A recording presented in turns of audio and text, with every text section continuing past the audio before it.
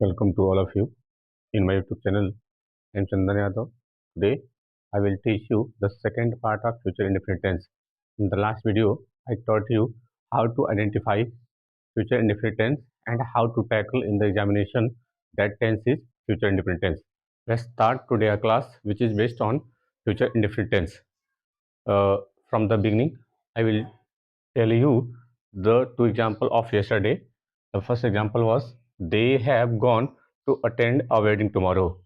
हमने कल ये पढ़ा था कि कैसे फ्यूचर इंडेफिनिट को टैकल करेंगे, जिसमें मैंने ये आपको बताया था कि कुछ ऐसे एक्शन होते हैं जो ऑफिशियल एक्शन होते हैं और वो प्लान्ड एक्शन होते हैं। तो जो ऑफिशियल एक्शन होंगे और वो प्लान्ड होंगे उनको प्रेजेंट इंडेफिनिट में लिखते हैं। तो क्या लिखा हुआ है, they have gone to attend a wedding tomorrow.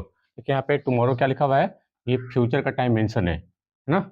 ये टाइम कैसा है, फ्यूचर का टाइम मेंशन है। और अगर ये फ्यूचर का टाइम मेंशन है, देखिए ये क्या, ये प्लान्ड एक्शन है? नहीं, ये तो प्लान्ड एक्शन नहीं है, ये अनप्लान्ड एक्शन है।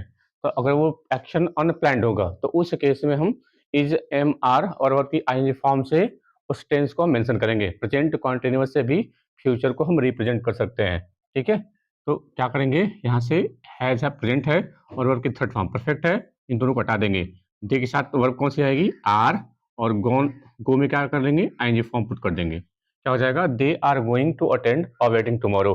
वे वे कल वेडिंग अटेंड करने जा रहे हैं। तो फ्यूचर कॉन्टिन्यूअस से भी हम प्रेजेंट को रिप्रेजेंट कर सकते हैं। बस हमें ये ध्यान देखना है कि वो एक्शन भले ही प्लान्ड हो लेकिन ऑफिशियल ना हो, उस केस में प्रेजेंट कॉन्टिन्यूअस का यूज कर लेंगे। और अगर एक्शन प्लान्ड हो तो उस केस में, अगर ऑफिशियल हो तो हम किस में यूज करेंगे, प्रेजेंट इंडेफिनिट में भी यूज कर सकते हैं। The train has been living at 9 AM tomorrow. देखिए यहाँ पे फ्यूचर का टाइम मेंशन है, फ्यूचर का टाइम यहाँ पे भी मेंशन है। यहाँ पे देखिए कौन सा टेंस लिखा है, प्रेजेंट परफेक्ट और कॉन्टिन्यूअस लिखा हुआ है। तो प्रेजेंट परफेक्ट कॉन्टिन्यूअस में तो फ्यूचर का टेंस दिखाते नहीं है, या तो प्रेजेंट कॉन्टिन्यूअस आएगा या फ्यूचर इंडेफिनिट कह लीजिए या प्रेजेंट इंडेफिनिट कह लीजिए। अब देखिए ये एक्शन कैसा है, तो ट्रेन है। अब ये जो ट्रेन होती है, इनके जो काम होते हैं वो फिक्स रहते हैं कि ट्रेन इतने बजे आएगी। हाँ, भले ही लेट हो जाता है, आधा घंटा 1 घंटा लेट होगा, लेकिन वो आएंगे जरूर। तो ये एक्शन प्लान्ड होते हैं, है ना। अगर एक्शन प्लान्ड होंगे तो हम या तो इनको फ्यूचर इंडेफिनिट में लिख सकते हैं या प्रेजेंट इंडेफिनिट में लिख सकते हैं। तो आप दोनों में से कोई करिए, विल के साथ आप लीव कर दे तो भी सही है, और चाहे तो आप इसको प्रेजेंट इंडेफिनिट में लिख दें तो भी सही है। तो मैं प्रेजेंट में लिख देता हूँ, EAVES दोनों से हो जाएगा। अब यहाँ पे चाहे तो आप विल लिव लिख लें तो भी सही है। तो ये थे दो आंसर जो कल के थे। आइए अब शुरू करते हैं फ्यूचर इंडेफिनिट टेंस, और ये पार्ट 2 है। अब ये पार्ट 2 पे एक क्वेश्चन आपको एग्जाम में, बोर्ड के एग्जाम में जरूर आएंगे, और ये सभी के लिए काफी बेनिफिशियल है, चाहे वो हिंदी बोर्ड के हों, चाहे वो सीबीएसई बोर्ड के हों, चाहे किसी भी बोर्ड के हों, या आप कॉम्पिटिटिव एग्जाम की तैयारी करते हैं तो भी आपके लिए अब ये वाले काफी एग्जाम मतलब आपके लिए इंपॉर्टेंट है। क्या लिखा हुआ है, don't write to verbs in future. आपने देखा होगा बुक्स में भी कि कभी भी दो वर्ब फ्यूचर इंडेफिनिट में नहीं लिखी जाती हैं। अब क्यों नहीं लिखी जाती हैं, आइए उसी को हमें पता करना है। एक सेंटेंस क्या लिखा हुआ है, if you will come late I will punish you. कह रहा है कि यदि तुम लेट आओगे तो मैं तुम्हें पनिश करूंगा, है ना। अब देखिए यहाँ पे कंजंक्शन इफ लिखा हुआ है, ये इफ एक कंजंक्शन होती है। ये कंजंक्शन बीच में भी आ सकती है, ये क्लॉज पहले हो जाएगा, I will punish you if you will come late, तो ये इफ यहाँ बीच में भी आ जाएगा, लेकिन कभी कभी पहले भी रहता है। ठीक है, तो मैंने पहले ही लिखा है यहाँ पे, तो ध्यान रखिएगा जिस क्लॉज से पहले। अब देखिए क्लॉज कैसे पहचानेंगे, वर्ब से, तो यहाँ पे मेन वर्ब लगी हुई है, तो जिस क्लॉज से पहले कंजंक्शन आएगी, जिस क्लॉज से पहले कंजंक्शन आएगी वो क्लॉज आ जाएगा सब क्लॉज, है ना। ध्यान रखिएगा, जिस क्लॉज से पहले कंजंक्शन आएगी वो क्लॉज हो जाएगा सब क्लॉज, यानी उपवाक्य, और जो क्लॉज दूसरा वाला होगा वो हो जाएगा मेन क्लॉज। ठीक है, तो ये रहा मेन क्लॉज, इतना आप ध्यान रखेंगे। कैसे पहचानेंगे कि जिस वर्ब से पहले कंजंक्शन लगी हो वो वाला क्लॉज हो जाएगा हमारा सब क्लॉज हो जाएगा, और जो दूसरा क्लॉज होगा जिसमें कंजंक्शन ना आए वो हो जाएगी मेन क्लॉज। तो हमारा अगर सब क्लॉज अगर प्रेजेंट में हो, है ना, रूल क्या है कि जब हमारा सब क्लॉज प्रेजेंट में हो तो मेन क्लॉज फ्यूचर इंडेफिनिट में रहना चाहिए। ठीक है, हमारा सब क्लॉज प्रेजेंट इंडेफिनिट में रहना चाहिए और मेन क्लॉज किस में रहना चाहिए, फ्यूचर इंडेफिनिट में रहना चाहिए। तो क्या यहाँ पे फ्यूचर इंडेफिनिट तो लिखा हुआ है, विल सेल को हम फ्यूचर बोलते हैं, विल सेल को फ्यूचर बोलते हैं, और पनिश हो जाएगी मेन वर्ब, यानी यहाँ पे हेल्पिंग और मेन वर्ब लगी हुई है, और मॉडल वर्ब के साथ पहली फॉर्म आती है, तो ये फ्यूचर इंडेफिनिट तो लिखा हुआ है। हालांकि यहाँ पे आई के साथ हम सेल भी लगा सकते हैं, कोई दिक्कत नहीं है। ठीक है, यहाँ पे आप दोनों लगा सकते हो, हालांकि आई के साथ विल भी प्रेफर है, शैल भी, दोनों में से कोई लगा सकते हैं। तो यहाँ पे तो फ्यूचर इंडेफिनिट है, लेकिन इस केस में देखिए क्या है, यहाँ पे भी फ्यूचर लिखा हुआ है, विल लिखा हुआ है, कम लिखा हुआ है। और हमने अभी तक ये पढ़ा है कि दो क्लॉज को फ्यूचर में लिखते हैं, तो फिर क्या करेंगे, जिस क्लॉज में कंजक्शन लगी हुई हो वो क्लॉज सब क्लॉज होता है, और सब क्लॉज को किस में लिखेंगे, प्रेजेंट इंडेफिनिट में लिखेंगे। किस में लिखेंगे, प्रेजेंट इंडेफिनिट में लिखेंगे। और प्रेजेंट इंडेफिनिट को हम कैसे आइडेंटिफाई करेंगे, वर्ब की बेस फॉर्म से। ये मैंने आपको टेंस के आइडेंटिफिकेशन में पढ़ाया था कि अगर हमें प्रेजेंट में लिखना हो तो वर्ब की बेस फॉर्म लिखिए। क्या करेंगे, यहाँ से विल को ड्रॉप कर देंगे और यहाँ पे देखिए कम हो जाएगी मेन वर्ब। हालांकि यू के साथ वर्ब में ऐसे आएगा नहीं, अब हमारा आंसर सही हो जाएगा। आया आपको समझ में? अगर नहीं आया तो फिर यहाँ देख लीजिए क्या लिखा हुआ है, इफ ही वर्क हार्ड, यदि वो कठिन परिश्रम करता है, he will pass the examination, तो वो एग्जामिनेशन पास कर लेगा। अब यहाँ पे देखिए इफ कंजंक्शन लगी हुई है, अगर कंजंक्शन लगी है तो ये क्लॉज कौन सा हो जाएगा, ये सब क्लॉज हो जाएगा। अगर ये सब क्लॉज हो जाएगा तो ये वाला क्लॉज कौन सा हो जाएगा, मेन क्लॉज जाएगा। अब हमें ये देखना है कि ये वाला क्लॉज कौन सा लिखा है। देखिए विल सेल को फ्यूचर बोलते हैं, और यहाँ पे वर्क की पहली फॉर्म है, और वर्क की पहली फॉर्म को क्या बोलते हैं, इंडेफिनिट बोलते हैं। तो टेंस कौन सा हो जाएगा, फ्यूचर इंडेफिनिट हो जाएगा। तो यहाँ पे तो सही है। अब इस क्लॉज में देखिए क्या गलती है, अब सब्जेक्ट यहाँ पे ही हो जाएगा। अब देखिए वर्क लिखा हुआ है, हालांकि वर्क अब मेन वर्ब हो जाएगी, है ना। अब देखिए यहाँ पे वर्क लिखा हुआ है, तो हमने ये पढ़ा है कि जो सब क्लॉज होगा वो प्रेजेंट इंडेफिनिट में आएगा, और मेन क्लॉज किस में आएगा, फ्यूचर इंडेफिनिट में। यहाँ तो सही है, यानी इधर इसी में है। तो हमारा जो सब क्लॉज है, देखिए सब्जेक्ट ही है, तो प्रेजेंट इंडेफिनिट हम जब लिखते हैं तो ही सी इट और नेम के साथ वर्ब में क्या लगा देते हैं, यस यस लगाते हैं। यहाँ पे वही गलती है, यहाँ पे वर्क्स कर देंगे, अब हमारा आंसर सही हो जाएगा। ये प्रेजेंट इंडेफिनिट में वर्ब हो जाएगी और ये फ्यूचर इंडेफिनिट में हो जाएगी। काफी इंपॉर्टेंट क्लास था, इस बेस पे कम से कम 1 या 2 क्वेश्चन आपको एग्जाम में जरूर आएंगे और आते भी हैं।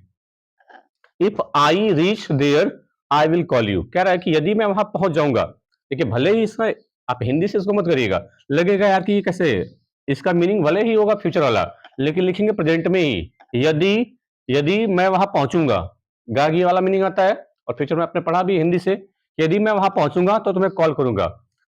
फ्यूचर वाला मीनिंग जरूर आएगा, लेकिन इसको लिखेंगे प्रेजेंट में ही, ये बात आप ध्यान रखिएगा। लिखा हुआ है कि if I reach there I will call you, कह रहा है कि यदि मैं वहां पहुंचूंगा तो तुम्हें कॉल करूंगा।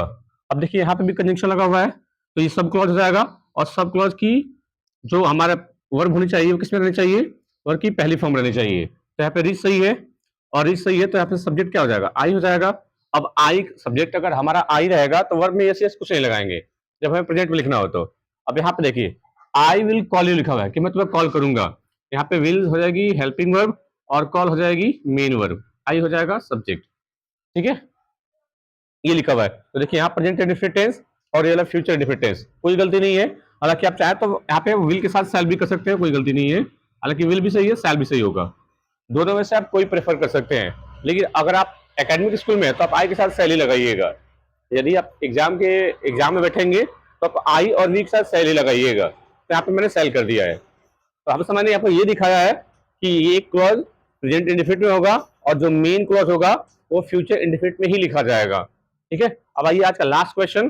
कभी कभी ऐसा भी होता है कि जो भले ही कंजंक्शन लगा हुआ है तो दोनों क्लॉज कभी भी जो है फ्यूचर इंडेफिनिट में नहीं लिखे जाते हैं। अभी हमने क्या देखा कि सब क्लॉज प्रेजेंट इंडेफिनिट में और मेन क्लॉज फ्यूचर इंडेफिनिट में, लेकिन हर बार ऐसा होता भी नहीं है। ध्यान रखिएगा, सेंटेंस अगर यूनिवर्सल ट्रूथ हो, कोई फैक्ट हो, तो उस केस में फ्यूचर इंडेफिनिट नहीं लिखी जाएगी। क्या मैंने बोला, यदि यूनिवर्सल ट्रूथ हो, कोई फैक्ट हो, तो उस केस में भले ही कंडीशनल क्लॉज हो, उस केस में फ्यूचर इंडेफिनिट टेंस का हम यूज नहीं करेंगे। एक एग्जांपल को देखते हैं। इफ यू हीट वाटर, यदि तुम पानी को गर्म करते हो, इट विल वेपराइज, तो ये भाप बन जाएगी। ये बात सही है, पहले भी ऐसा होता था कि पहले भी पानी को जब हम लोग गर्म करते थे तो भाप बन जाता था।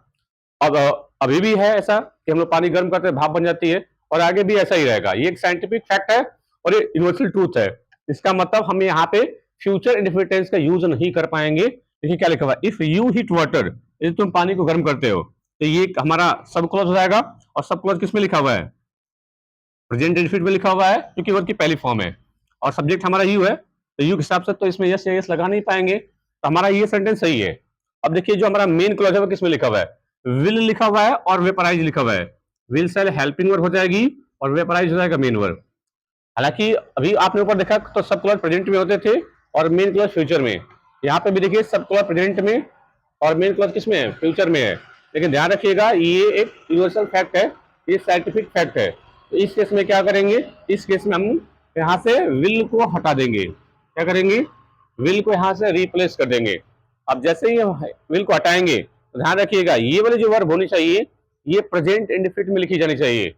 अगर वो साइंटिफिक फैक्ट हो तो दोनों क्लॉज प्रेजेंट इंडेफिनिट में ही होने चाहिए। तो इट के साथ वर्ब में कैसे क्या हम लगाते हैं, यस यस पुट कर देते हैं, बस हमें यहाँ पे वही करना है। अब ये हमारा सेंटेंस हो जाएगा बिल्कुल सही। यही बात आपको ध्यान रखनी एग्जाम टाइम में, और ऐसा क्वेश्चन पिछले वाले बोर्ड में आया था, यही सेम टू सेम क्वेश्चन ऐसे थे। तो ध्यान रखिएगा ये फ्यूचर इंडेफिनिट पार्ट 2 में ये काफी इंपॉर्टेंट क्वेश्चन थे कि सब क्लॉज कैसे पहचानेंगे, मेन क्लॉज क्या होगा, सब क्लॉज अगर इसमें कंजंक्शन लगी रहेगी तो वो वाला क्लॉज प्रेजेंट में रहना चाहिए और मेन क्लॉज फ्यूचर इंडेफिनिट में। लेकिन अगर सब क्लॉज हमारा देखने से पता चलेगा क्योंकि यूनिवर्सल फैक्ट है, कोई बात सही है, तो उस केस में दोनों वर्ब हमारी प्रेजेंट इंडेफिनिट में ही आनी चाहिए। ये बात आप ध्यान रखेंगे। अब इसी प्रैक्टिस करने के लिए ये 2 होमवर्क आपके लिए हैं, ध्यान रखिएगा, काफी इंपॉर्टेंट क्वेश्चन है, आप अपने हिसाब से करिए और क्या एरर है और वहां पे करेक्शन क्या हो पाएगा जरूर करिएगा। सेशन कैसा लगा, अच्छा लगा हो तो अपनी बातें कमेंट बॉक्स में जरूर रखिए। आज के लिए इतना ही।